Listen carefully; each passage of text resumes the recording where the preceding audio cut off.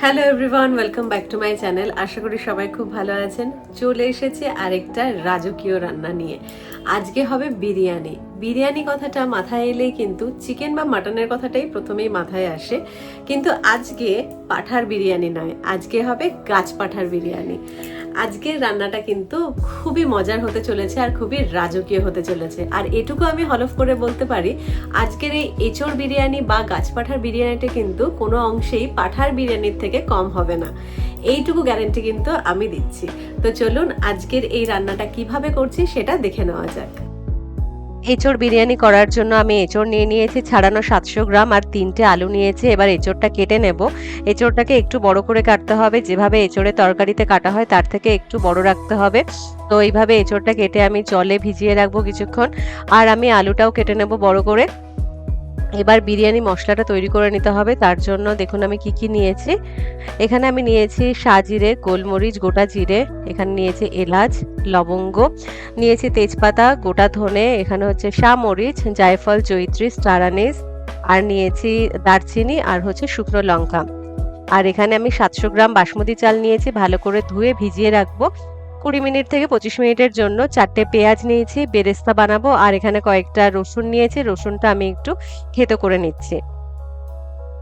তো হয়ে গেছে মশলাগুলো। এবার আমি এঁচড় আর আলুটা সিদ্ধ বসাবো। তো আমি কড়াইতেই বসাচ্ছি, আপনারা প্রেসারেও করতে পারেন, আমার মনে হয় কড়াইতে করাটাই বেটার। খুব স্লো কুক হবে তো রান্নাটা অটোমেটিক্যালি ভালো হবে। একটু নুন দিয়ে আমি আর তেল দিয়ে আর একটু হলুদও দিয়ে দিয়েছিলাম। তো এঁচড়টা সিদ্ধ হোক, এখানে একটু নুন দিয়ে আমি বিরিয়ানি মশলাটা ভালো করে ড্রাই রোস্ট করে নিচ্ছি, এরপরে নামিয়ে গুঁড়ো করে নেব।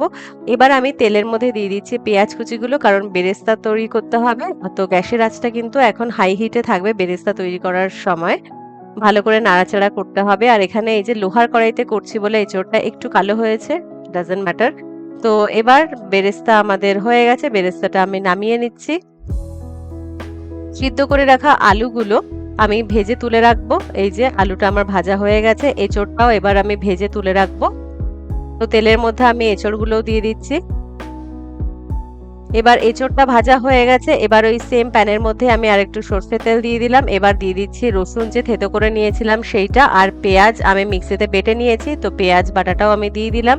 ভালো করে নাড়াচাড়া করে নিয়ে দিয়ে দিচ্ছি 1 চামচ আদা বাটা, 1 চামচ জিরে বাটা, আর দিয়ে দিচ্ছি 1.5 চামচ শুকনো লঙ্কা বাটা।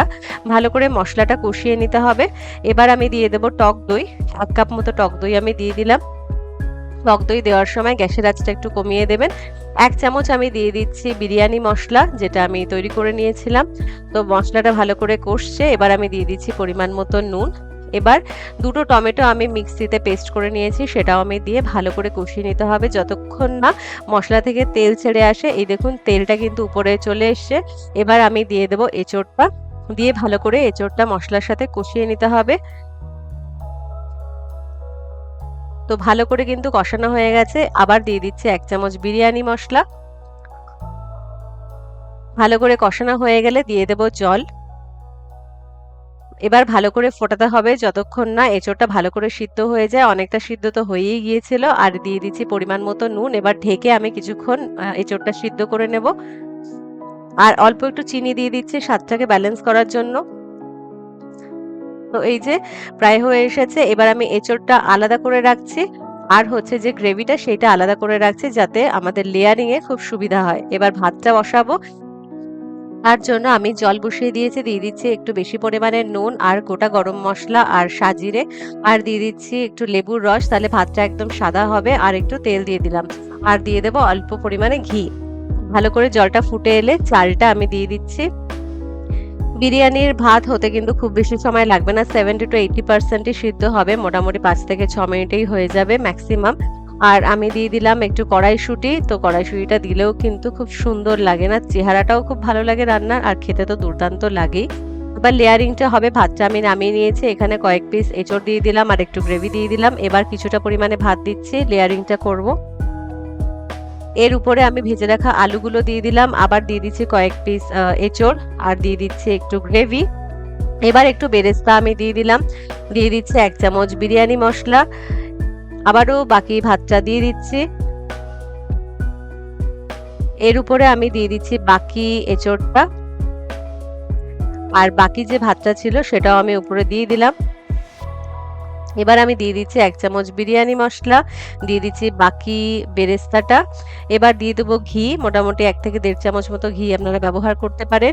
আর কয়েকটা কাঁচা লঙ্কা, খুব সুন্দর গন্ধ আসবে। আর এই যে দুধের মধ্যে আমি স্যাফরন ভিজিয়ে রেখেছিলাম সেটা আমি দিয়ে দিলাম। আর এটা হচ্ছে ভাতের যে চাল সিদ্ধ জলটা, সেটা আমি একটা বাটিতে কিছুটা রেখে দিয়েছিলাম, সেটা দিয়ে 0.5 ঘন্টা দমে দিয়ে দিলে কিন্তু আমাদের এঁচোড় বিরিয়ানি একদম রেডি। দেখুন কতটা ঝরঝরে হয়েছে আর দেখে কি লোভনীয় লাগছে, তাই না? খেতে একদম দুর্দান্ত, অসাধারণ হয়েছিল।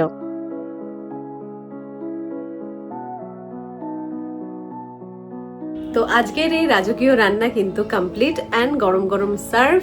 আর যেরকমটা বলেছিলাম, আজকের রান্না কিন্তু কোনো অংশে পাঠার বিরিয়ানির থেকে কিন্তু কম নয়।